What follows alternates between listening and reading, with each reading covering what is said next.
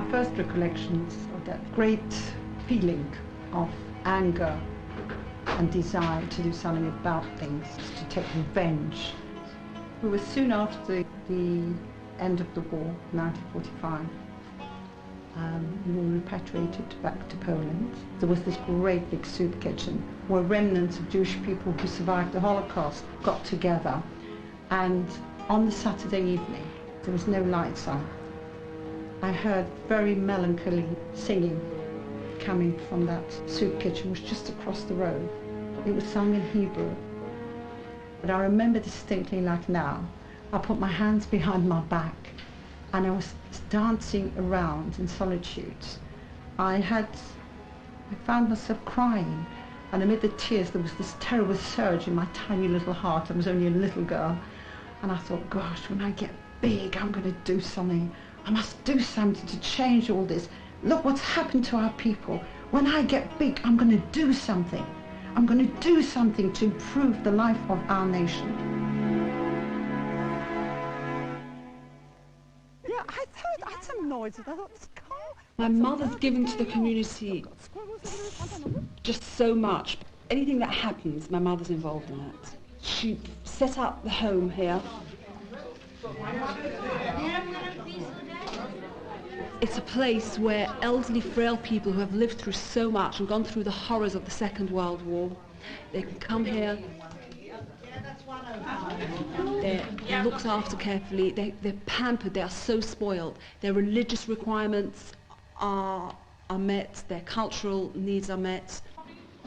We give them better care than anybody else gets. That's a consolation for me.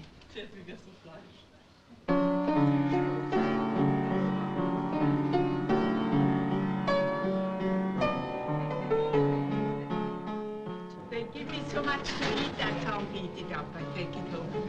this is for the afternoon. It's too much. It's better this way. Better this way. Better this way. You going to rest now?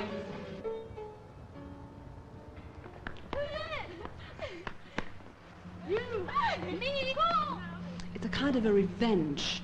It's just the something that Hitler didn't want to happen.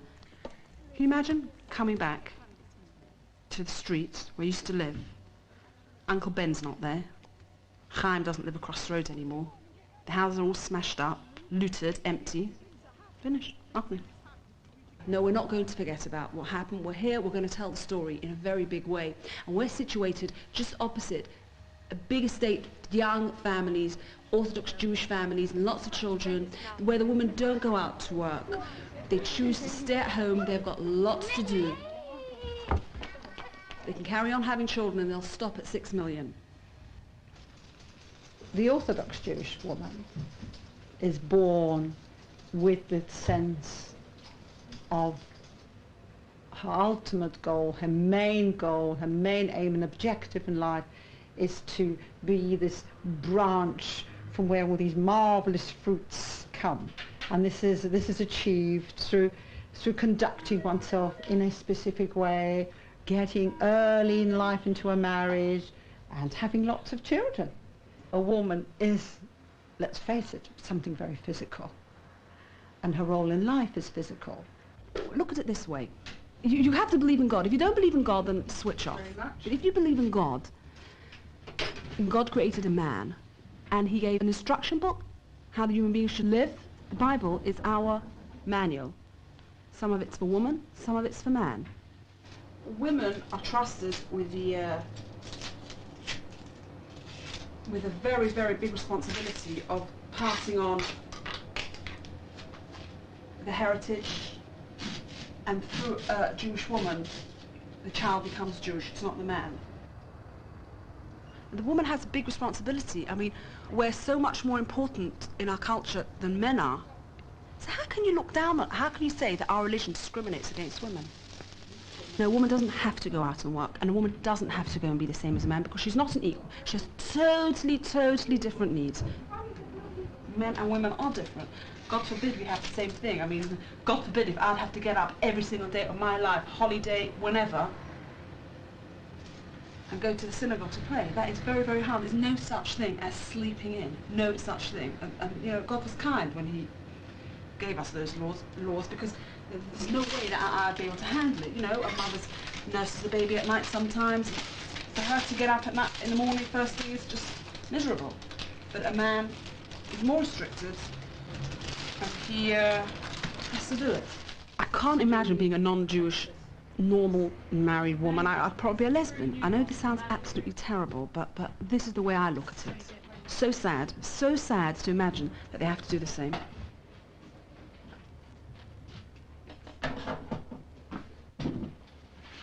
I got married, which was the thing an Orthodox Jewish girl does, but I didn't enjoy pushing prams and changing nappies. I still had this feeling of emptiness, of hollow. I wanted to create. I didn't know what was in store. I didn't know if I would ever do anything interesting. I did dream always about doing exciting things. I didn't resent doing what I have to because I knew that was my purpose in life and that life wasn't meant to be a picnic.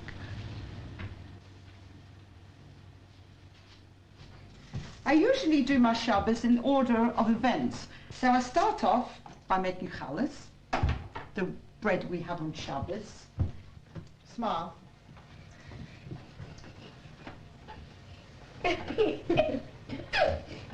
No, you're not taking it out, into it. Into it, that's it. And put it together.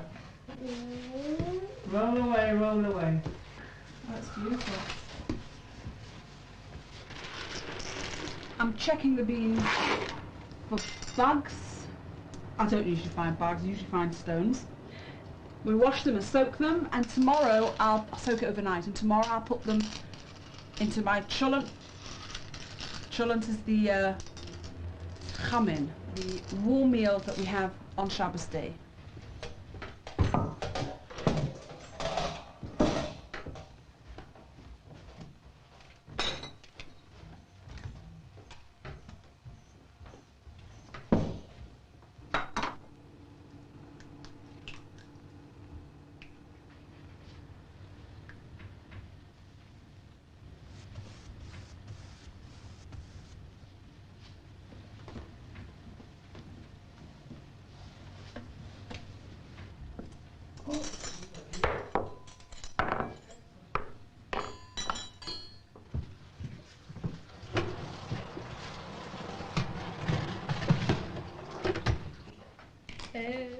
Happiness.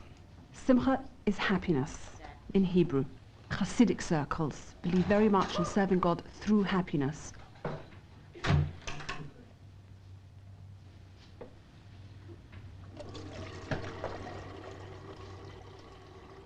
Every bite of a biscuit, there's a separate prayer for a biscuit, separate for the apple, separate for a piece of chicken, separate for a sandwich.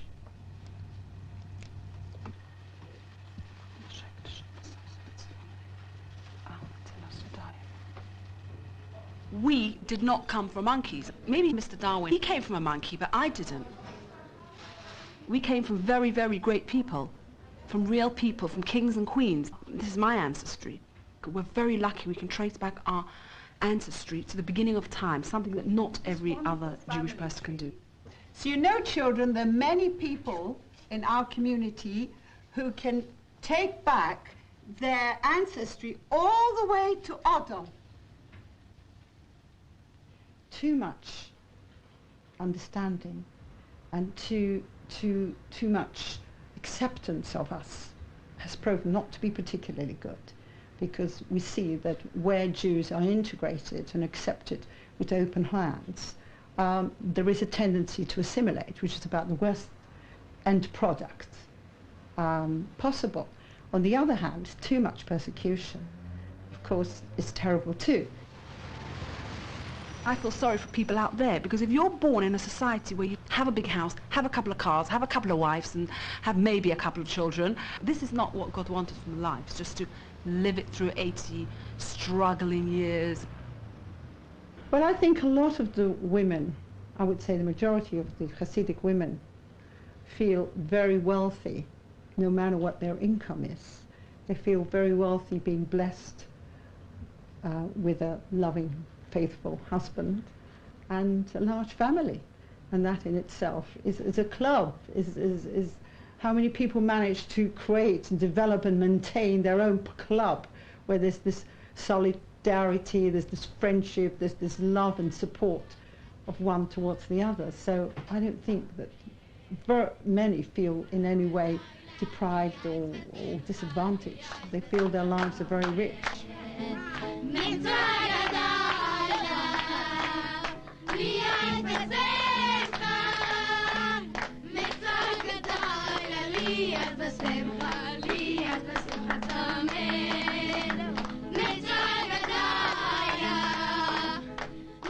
If times are hard, one of the books say, dance. Take a few people and dance, because God prefers it that way.